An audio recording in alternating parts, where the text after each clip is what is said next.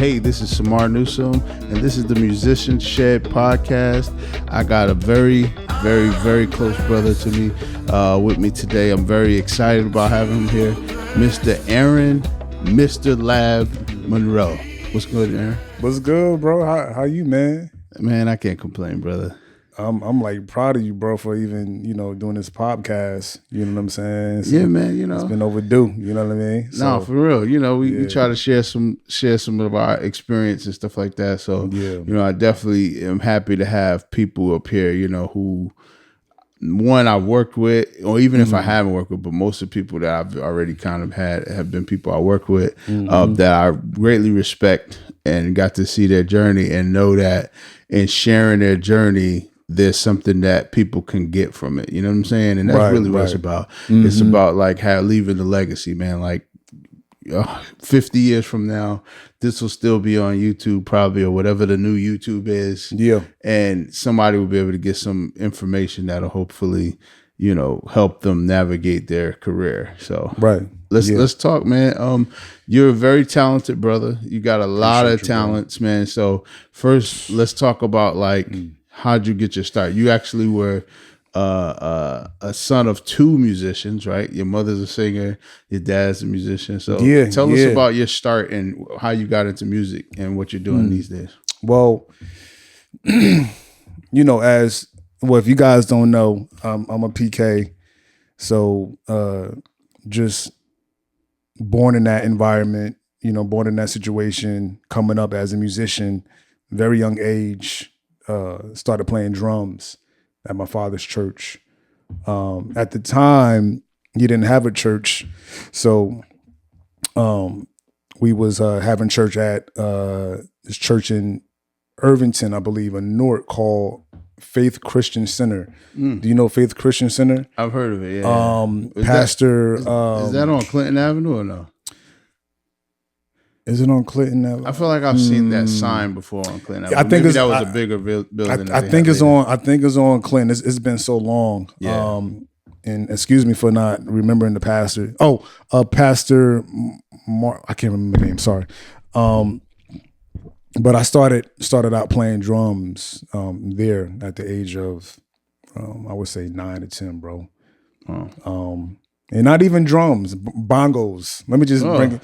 Yeah, so watch this. At that time when I was playing bongos, Cedric Marsh was playing. Yeah. He was playing drums for my father and was playing drums with Butch. Butch was playing keyboard at the time, and another guy named Handy. So every Sunday, boy, when offering hit, it's like, yo, can I get my time to play? Can I get my time to shine? And at times they'll let me come through and play like a song for praise and worship or offering, and that's how I started, bro. And just going to the rehearsals, just being around as a kid. Yeah, that was like my Boys and Girls Club. Wow, you know what I'm saying? After school, I was excited to go. You know how some people or some kids after school, they just want to stay around, hang out with their friends. Right. My situation was like, yo, I'm ready to leave school so I can make it to rehearsal on time, knowing that I'm not even there to really play. But just by hearing and just being in that environment, that was like fun to me. Right. You know what I mean? So that was really my start, bro.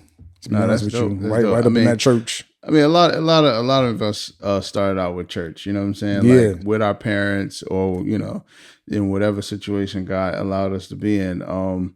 Your dad had like a prison ministry or something like that. Were you a part of that too? Low key, I was, man. Because you know what? As a kid, they some of the prison systems, they even allowed me to pull up and play. Wow. With the choir, and I was young. Yeah. I would say 11 to 12 years old, dude. Wow.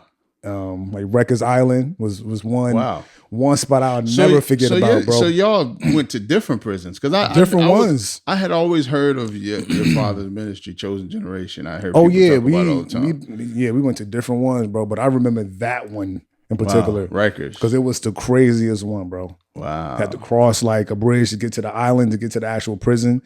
It was like an all day trip. Wow. Yeah, bro. So that was a different experience. But I, to see that at a young age was like a blessing at the same time, bro. Yeah. How did they receive y'all? Oh man, they was loving it, bro. Yeah. And a young guy playing drums, that kind of just got them real excited. Yeah, because I think also you think, I mean, I would imagine, especially in a place like that, you could probably get used to seeing young people just kind of making a lot of mistakes and not a lot on the right path. So now seeing young people that are kind of like yourself at that time probably was encouraging a little bit, like, okay, I think everybody's going to end up in here. Yeah, because sometimes the reality feels like everybody's going to end up there. But yeah. I think so. So that kind of made me feel some type of way in the positive. That's good. You know what I mean? Yeah. Even as a young kid, it made me feel good. Like, wow, we can bring something that's amazing. We can bring some type of positive energy. Maybe that's going to change their life. You never know. And there's been a couple of people that when they got finished, when they did their time, when they got done, they went to my father's church and became members. Wow. So that was like, wow, that's super dope. That's some impact right there. Mm-hmm. So now when I met you, you were a drummer. I think we did a recording for your mom once for one of her records. And then also at the time, she introduced you as her son that's a drummer, but also a producer, because I think you produced on her album too. So how did you get into production? And then like, what are some things you were able to kind of develop into as a producer and a drummer? So crazy, bro, because, my father really played, both of my parents, but my father really played a big part as far as who I am as a musician to today. You know what I'm saying? Yeah. So he bought me my first keyboard, which was the Phantom S, which we have at the church. Mm-hmm. That's like the first one that came out. Right. And it has a workstation so you can sequence, you can program, customize your drums or whatever you want to do. Right. So when I had got that for Christmas, dude, like I just never went back. And every day after school, bro, keyboard, making beats. So one day, my mother, she came downstairs and I was just making something and she was like, yo, I like the way that sound. Let's see if I can put something together. So that's how we created Thank You. Okay, gotcha. You know what I'm saying? That's like one of my favorite joints that she did so far. So we created that joint and a couple of other, but I really came up with the idea. You know what I mean? Mm-hmm. Because in case you guys don't know, there's a difference between beat making and like producing. Absolutely. So at that time, I was just beat making, coming up with the skeleton part. Right. And then we had the musicians to kind of like build it up in the studio. Right. And then I laid some parts on drums as well. At this studio, I can't remember the name of the studio. You brought up something very important. I think we can pause and kind of elaborate a little bit. Beat making versus producer. Like, I think people don't understand the difference.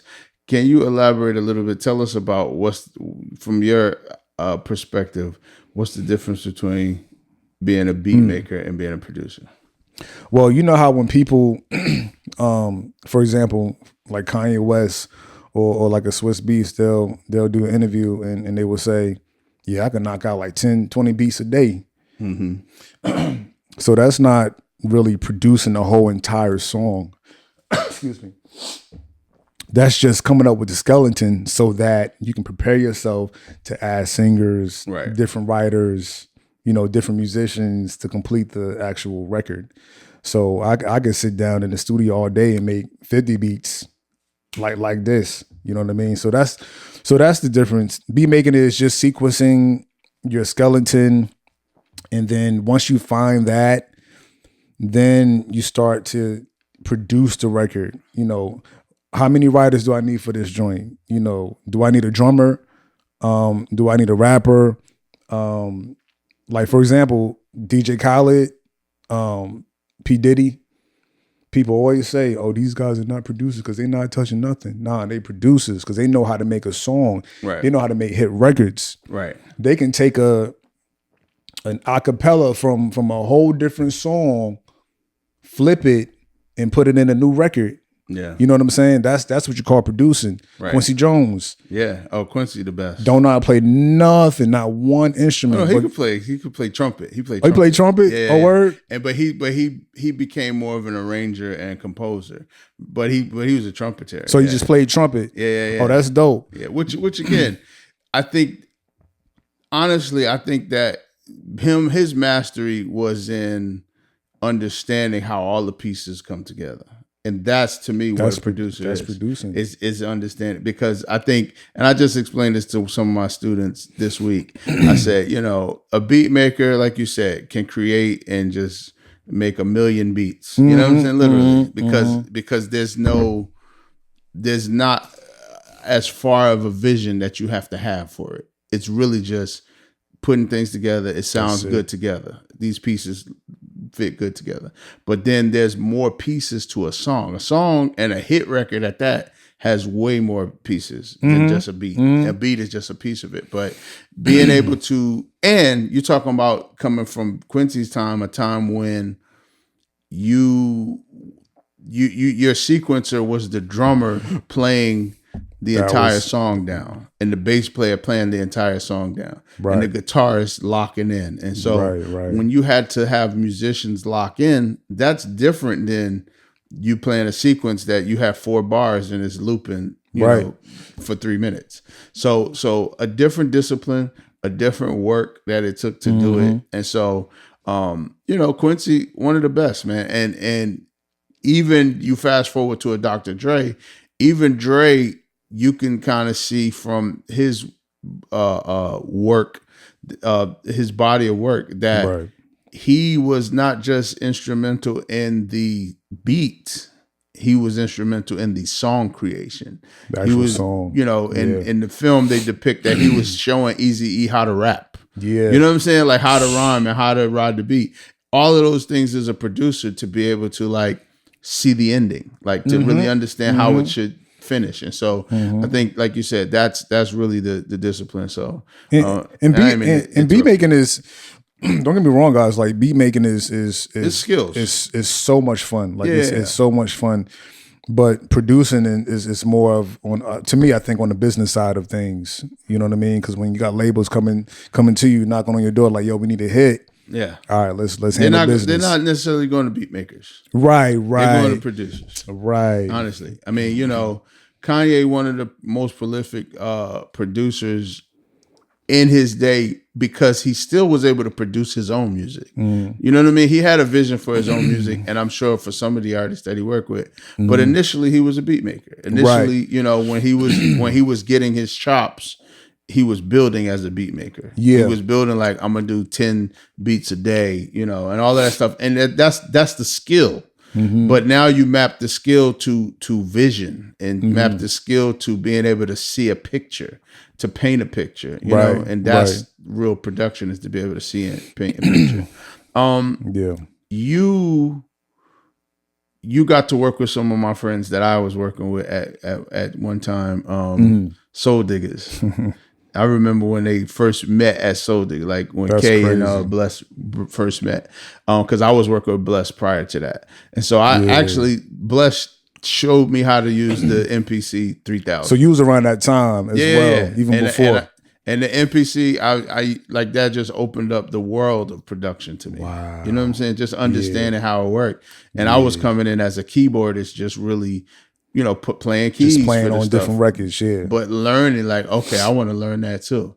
And so, by the time I did learn it, I was like, okay, I'm going to college. I was like, I'm buying me a MPC 2000. That was your first joint. I bought the 2000, and from there, I just mastered MPC, and to me, again, it's a certain standard for production. Like people make beats now. A lot of people make beats with loops. And even when I start my students out, just because it's accessible, I start them with like something with loops, like garage band or something. But the thing is that I learned, first of all, I was a drummer. I was a a drummer in church too. I think I remember you telling me that. So being a drummer in church, you get an idea of what rhythm is and what staying on the beat in the pocket and all of that.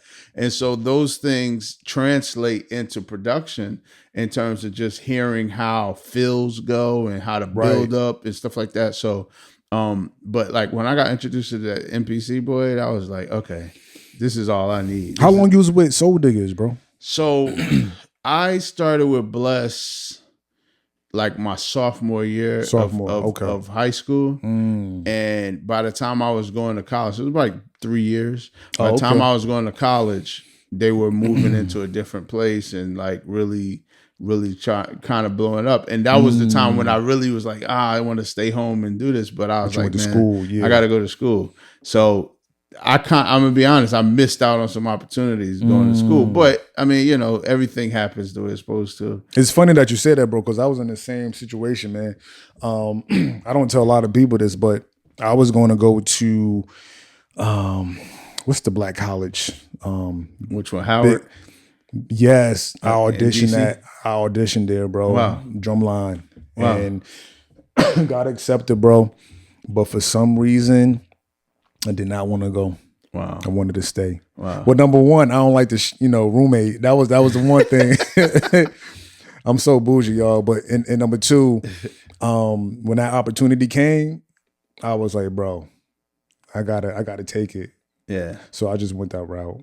The production route. And I'm happy that I went that route. You know, it really worked out for me, bro. So yeah. No, and I just went to I was at Essex County. Right. So I was still in school. Still got to some Yeah, school. but I just did county, stay with pops. But you was around. I was around, bro.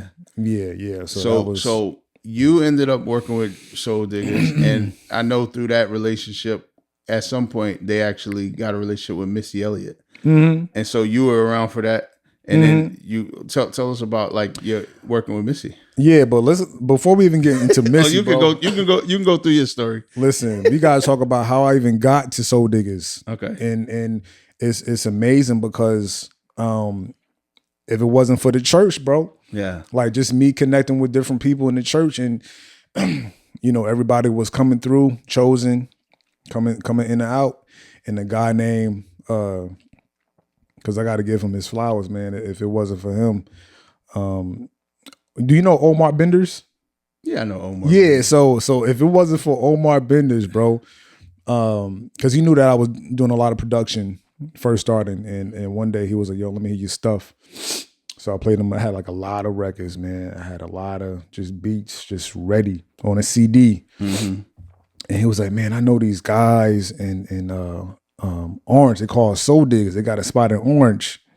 And I was like, "Word." And I was like, "Yo, I would love to just come around and just, you know, just connect and network." So he said, "Yo, I'm gonna lock you in."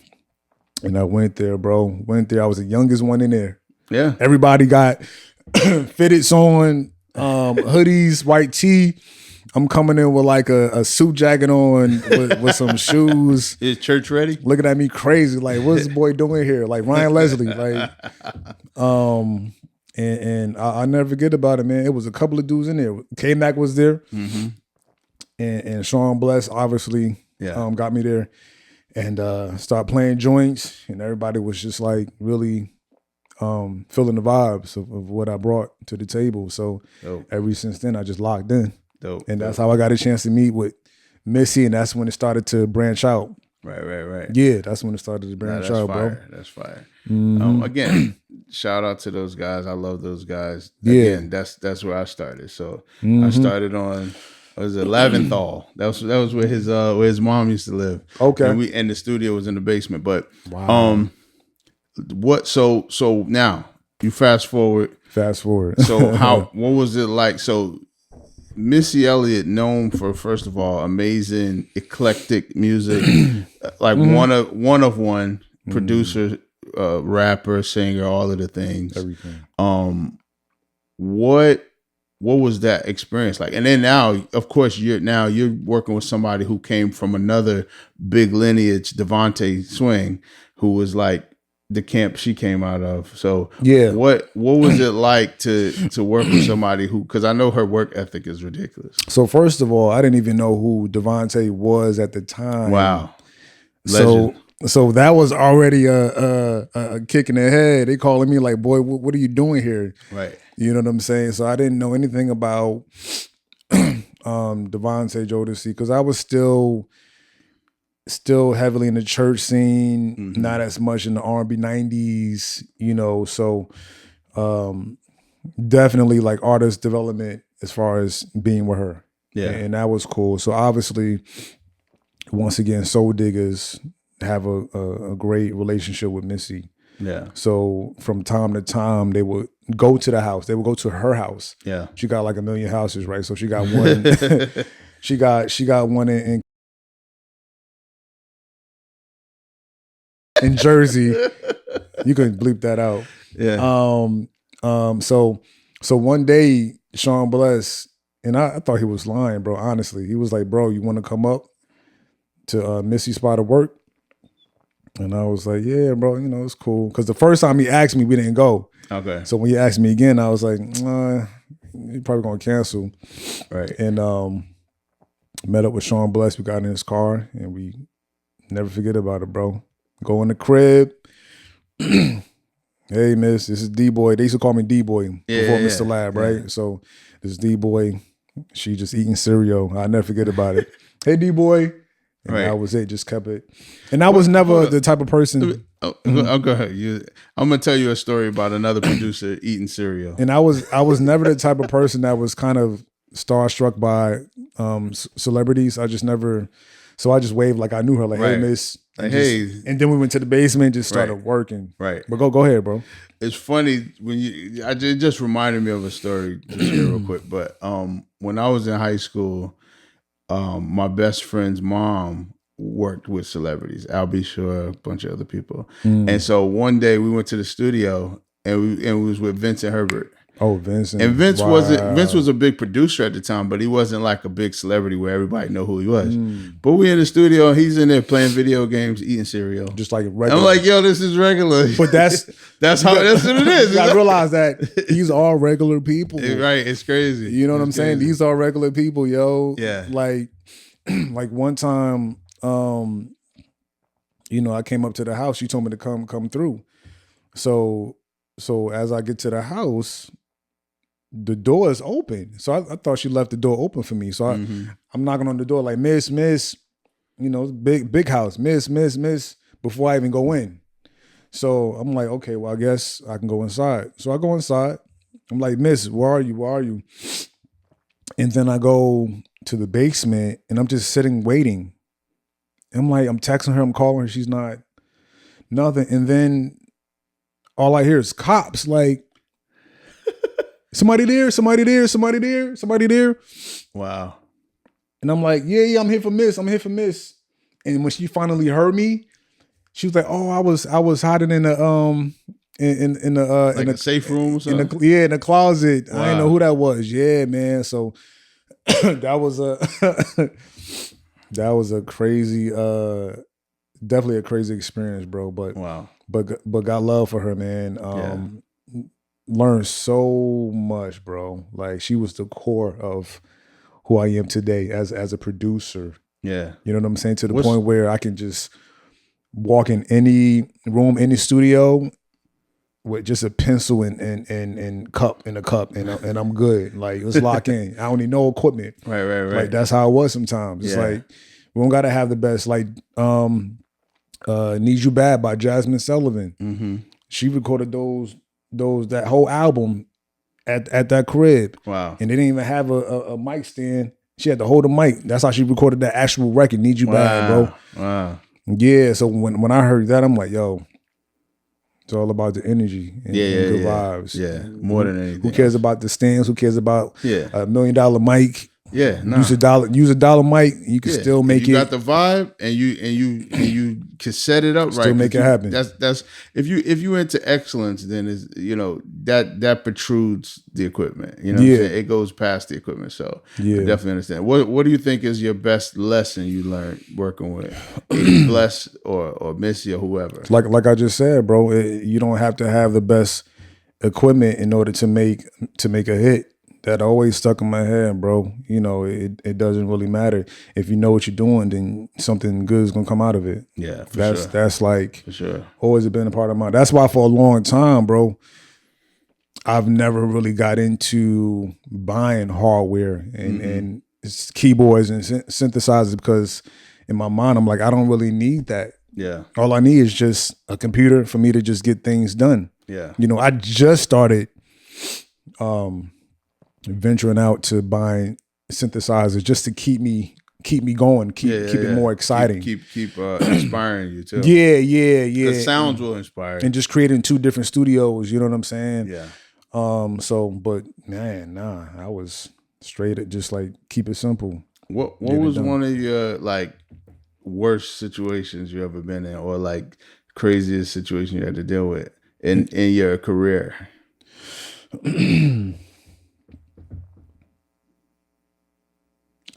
Bro, I'm gonna be honest with you, bro. I don't think I got one, bro. You just keep it light. It ain't nothing crazy like that. Cause I'm so chill on top of that, so nothing don't really bother me, man. I just want to be a sponge, you know what I'm saying, and learn and whatever the case may be, whatever the situation is, I'm just here to work.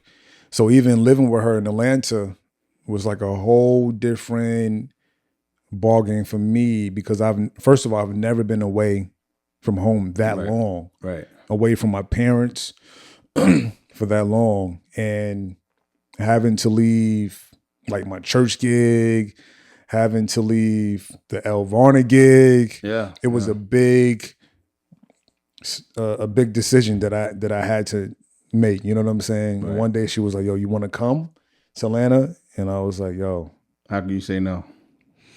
I mean, you could. No, but I mean, like, if this is what you're trying to do. Yeah, you know? I mean, you could, bro, but it really depends on your situation. And at the time, I was open enough to make that decision. Yeah. So it was all worth it, bro. Yeah. It was all worth it, bro. Yeah. Yeah, good or bad, good and bad. Right. Now, I know you also, on a different note, you were producing Afrobeat, like early in the Afrobeat process. Tell us about that experience. Yeah, so that's a whole different situation. That's not even with Missy. That's just a whole different vibe. There was an artist, and he's still around. We just don't really work as much. But his name is Chris Akiemi, and I met Chris, I would say 2008, and he's a Nigerian guy, Nigerian. So we just started to click. He's a guitar player. So at the time, in the beginning, we wasn't even doing Afropop, bro. We was doing stuff like John Mayer, like that type of stuff, alternative, right. And his cousins just had a machine to where they can generate money to advertise or brand his art. Music? Okay. Right? At that time too. Yeah. You feel me? So records like Radio, we did a record called Radio, and it ended up on MTVU Unplugged. Wow. His video. Wow. So we shot the video in New York, and it ended up on MTVU.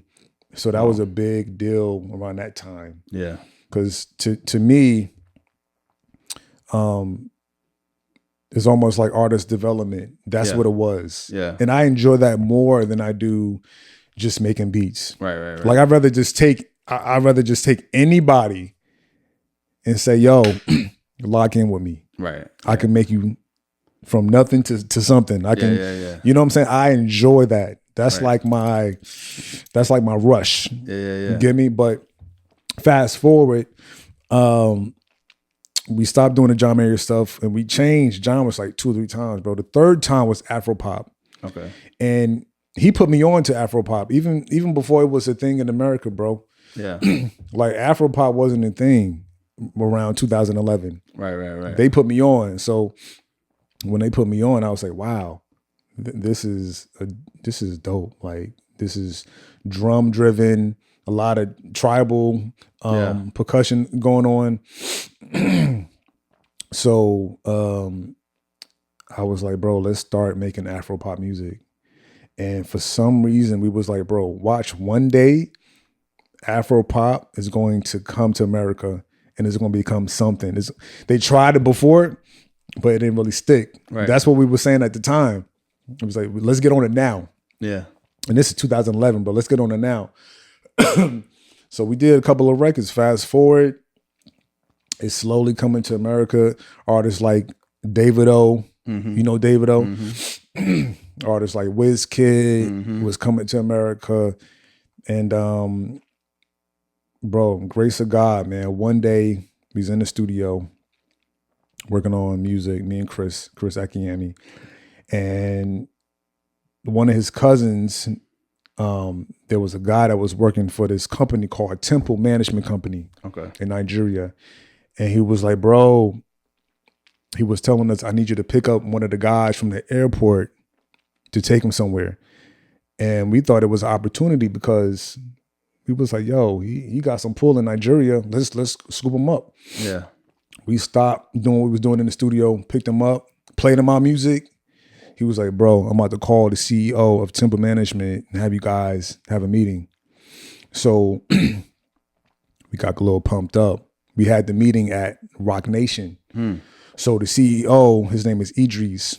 We go to Rock Nation and we meet Biggs. He in the room with Biggs and is Idris and a couple of guys. And they just talking about just politics, you know, but we're there. You know what I'm saying? Right. Y'all in the room. We in the room. So they started playing our music. And Biggs was like, yo, these boys is dope. These boys is nice. And that was it, bro. You know what I'm saying? The meeting was over and had more conversations with the CEO. Next thing you know, we get signed. Wow. So I got signed as a producer at Temple Management, and Chris A got signed as an artist. Wow. Yeah, we were signed to them for about 3-4 years. So we was going back and forth to Nigeria, bro. Like they was flying this first class. I remember you told me that before. What? You talking about light-skinned brother in Nigeria, brother?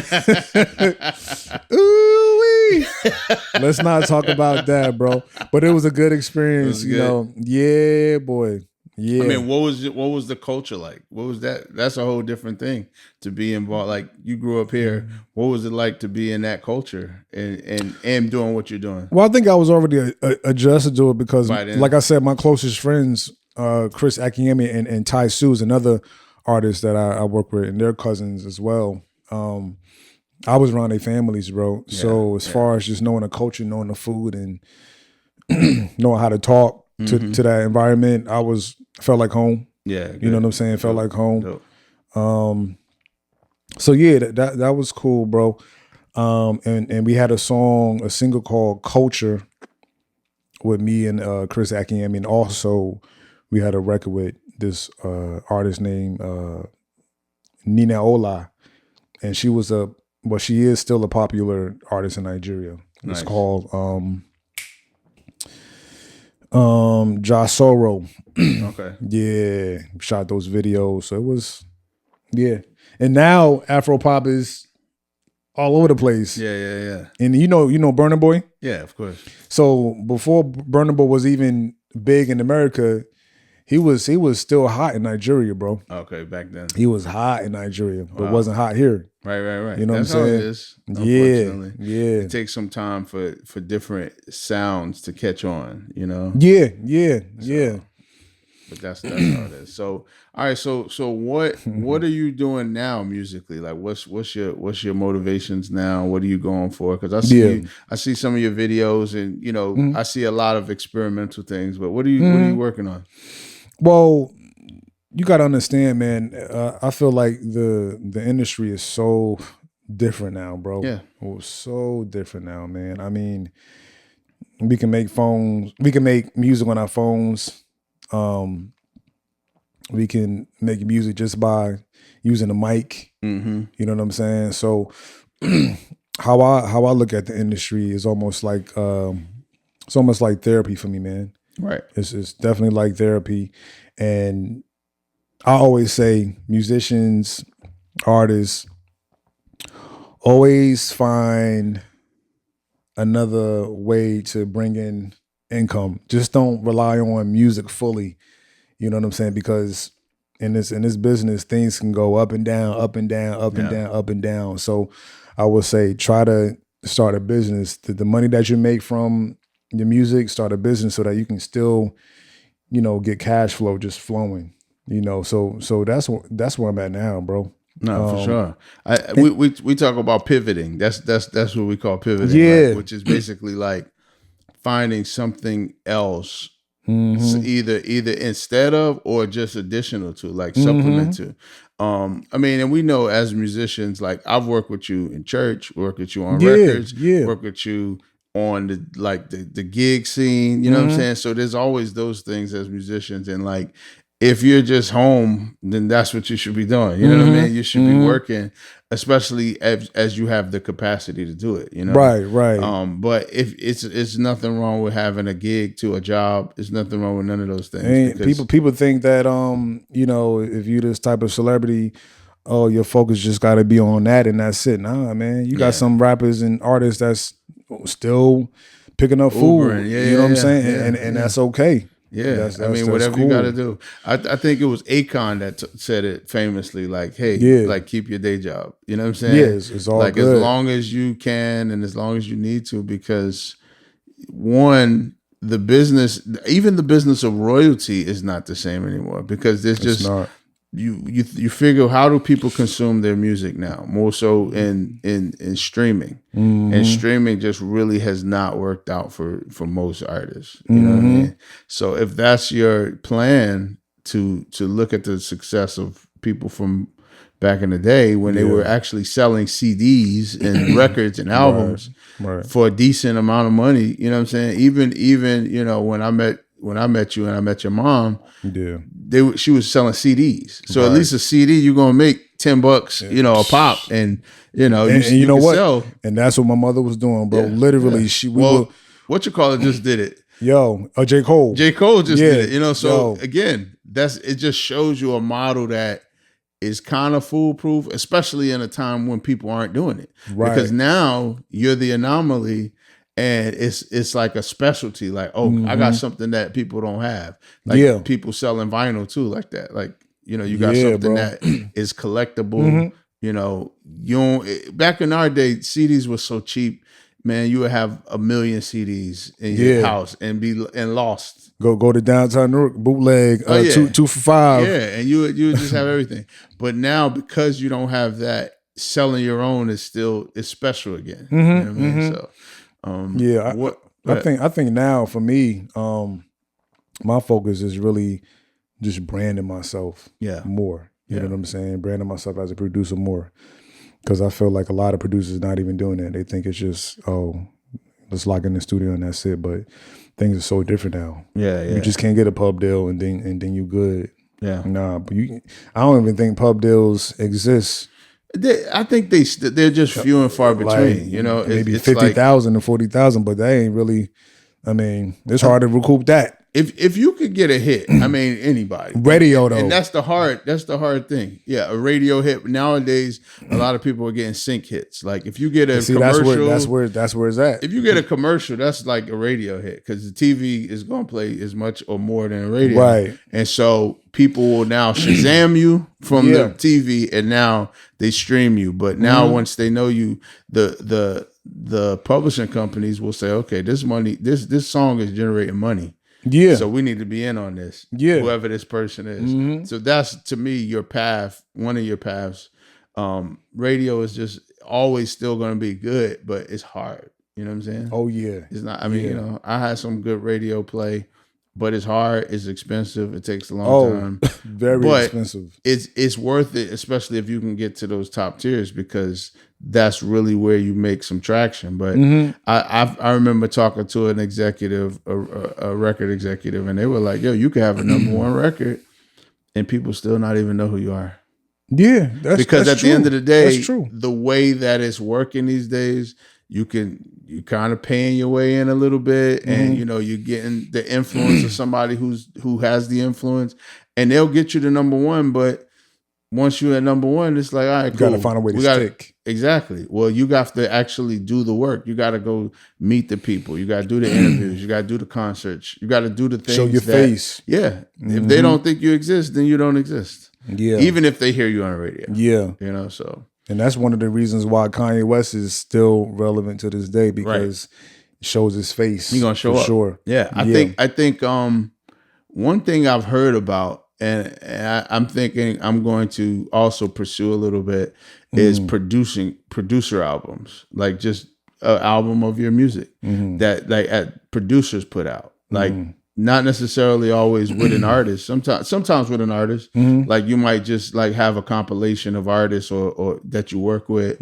or that you're with, and that is a thing that showcases what you can do too. So I think that's something to explore, because at this point, man, I would love to, I would love to be rich off of this, right? But whether I am or not, I still want my music to be heard. You know what I'm saying? So, and to own, just keep all your rights too. That's right. Be a rights owner. Yeah. Yeah, absolutely. That's key. I think there's something to one, branding consistently. There's something to creating consistently, and then finding your own ways to release and to get your music out there.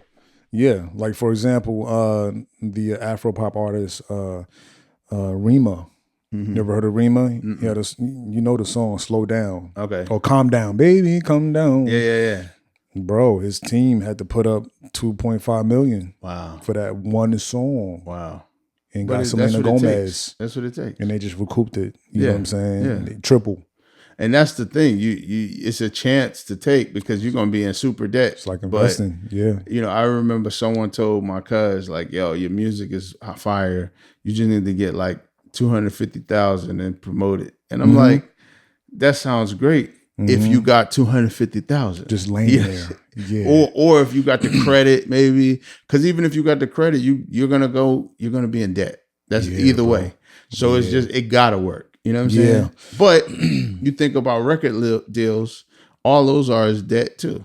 You know what I'm saying? At the end of the day, it's just somebody else that's saying, yo, I'm going to hold your debt, and I'm going to not only collect a lion's share of what you get back, but I'm also going to collect on every dollar that you have to pay. So let's say if we got a deal, I think, I forget who it was that was talking about this, like a big artist. And he was just saying, a Jelly Roll was talking about it. He was just like, I wanted to say, he said something like, not only do you have to give the record company like 90% of whatever you're making on it, but then even that 10% you might get, that has to start paying back what you owe them. Yeah, bro. You know what I'm saying? So it's like, you owe them $1 million, and let's say you made $1 million. Yeah, bro. You only able to pay back 10% of that from what you got. Yeah. So they made 900,000, but that's just theirs. That 100,000 is the first payment of your $1 million. It's tough. That's crazy. It's tough. That's crazy work. But so in the scenario of getting a loan, if you get a loan, that's terms with you. You pay back whatever you pay back at whatever term you pay it back. Right. And now you just really, if you get a line of credit, even better. You could just pay it down, spend it, pay it down, spend it, and keep putting out records until you make your money back. But the difference between being with a label, they got the machine behind it. Oh yeah. So let's just say you took a loan out for yourself, and then what are you gonna do with it? You know what I'm saying? Why you got to understand the machine. Yeah, you have to exactly. make friends with the same machine. I mean, look. This is the thing about the machine. It's people. It's people. And it's systems, right? Like even if, let's say, part of the machine is bots, because labels use bots too to run up their numbers, right?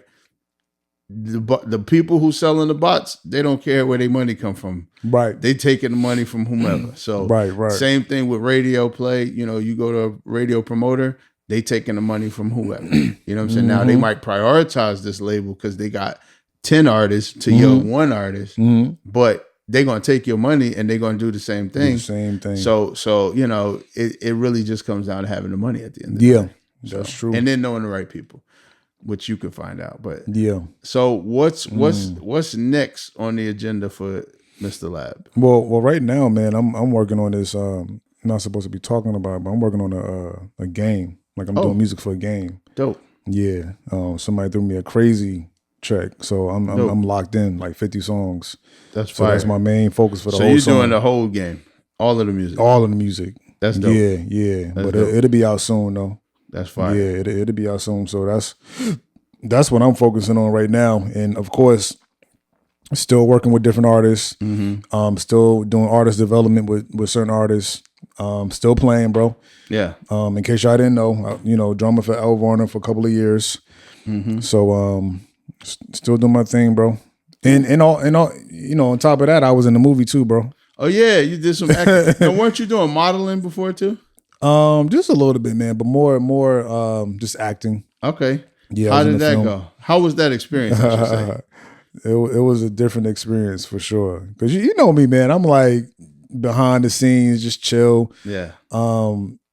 But I came out of character, bro, and that was a great experience, man. Men Don't Cheat, yeah. That's Men Don't Cheat on Tubi, yeah. No, nice. Men Don't Cheat. So, because I always felt like, I don't know, man. I always felt like, I may not be the best producer or the best musician, but I feel like just all around person that touched certain things. I felt like I accomplished that in a way. You know what I mean? Touching acting or going on tour or being a producer or being a musician or teaching or doing that type of thing, man, or even doing modeling too at a young age too. Yeah. So I'm like very blessed that I even got a chance to do those things and for sure experience those things, bro, and travel to Nigeria and go to a whole different industry, whole different sound. Yeah. And for me to accomplish that was like a blessing, bro. No, that's dope. What advice would you give somebody, especially these days, like somebody starting out, like if you were just starting out, you were 15 years old, looking at like, this industry, all of this stuff, what would you tell yourself now if you were now counseling your 15-year-old self about what path to take, what they should do, what they shouldn't do? Learn the business, bro. Learn the business, because if not, they will run you down. Wow. Yeah, you got to be more hardcore. Speak up. Yeah. Know who you are as a person, because if not, they'll take it away. And I've been in situations where my mouth was shut. They told me to don't say anything, keep your mouth closed, and I just did what I did. So if I had to go back, my business would be a lot sharper for sure. Yeah. And even on the first. My first placement, which was the Monica record, Everything to Me, I laid drums on that.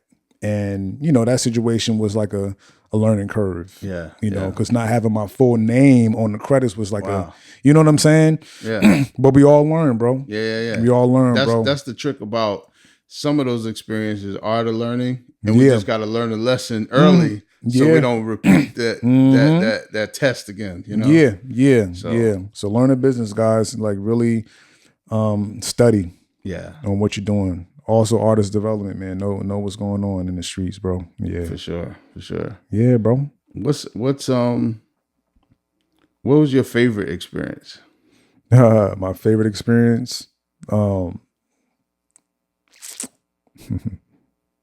Yeah, that 40th Diddy birthday party. Okay. Yeah, that was like, that was like when I walked in those doors, that was like I'm here. Like, like I'm here. You feel me? Nice. Like both feet is in the door. That's how I felt.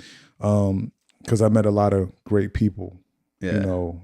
Like Beyonce, Jay, nice. Mid Condition, Trey Songz, like Oprah. Everybody was there. Lil Kim, like. So that was crazy. His part. I got to go. My cousins were on the tour with him. Which LA. tour? The Press Play.